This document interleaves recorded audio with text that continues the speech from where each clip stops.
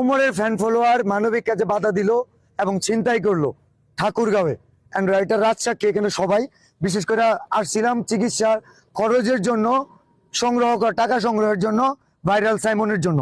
সাইমনের বাবা আছে, উমরের প্রসঙ্গটা আসছিল কিনা, জি বাধাটা কি উমরের ফ্যান ফলোয়ার দিছে কিনা, যার চিন্তাই হয়েছে, কি চিন্তাই হয়েছে বলেন ভাই। আমার হচ্ছে হলো, আমার কাছে একটা ব্যাগ ছিল আমার গাড়িতে।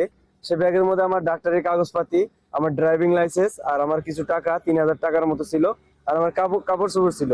সেই ব্যাগটাও আমার চিন্তাই করে নিছে উমরের ফ্যান ফলোয়াররা। আমি বলি ঠাকুরগাঁওয়ে 3000 টাকা আমি দিয়ে দিতে পারবো, কিন্তু ড্রাইভিং লাইসেন্স আর কি কি ছিল আমার কাপড়, এই জিনিসগুলো উমরের ঠাকুরগাঁওয়ে এক একটা সাবস্ক্রাইবার না, এক একটা হচ্ছে ভাই। এই ছিনতাইকারী ভাইগুলোর কাছ থেকে এই জিনিসটা ওমর ফেরত এনে দিবে, অথবা তার এই ছিনতাইকারী ভাই ব্রাদারের মাধ্যমে পাঠাবে আগামী 24 ঘন্টার মধ্যে। ওদের হট্টগোলের কারণে অনেক কালেকশন মাইজ গেছে। এই ক্ষতি সাইমনের করছে, একটা ছোট্ট বাচ্চার যে ক্ষতি করতে পারে সে তো শহরের বাচ্চা, ওটা মানুষের বাচ্চা বলবো না, বলবে 400 বিলালের ভাষা ভালো না। এই উত্তরবঙ্গে ওমর বয়কট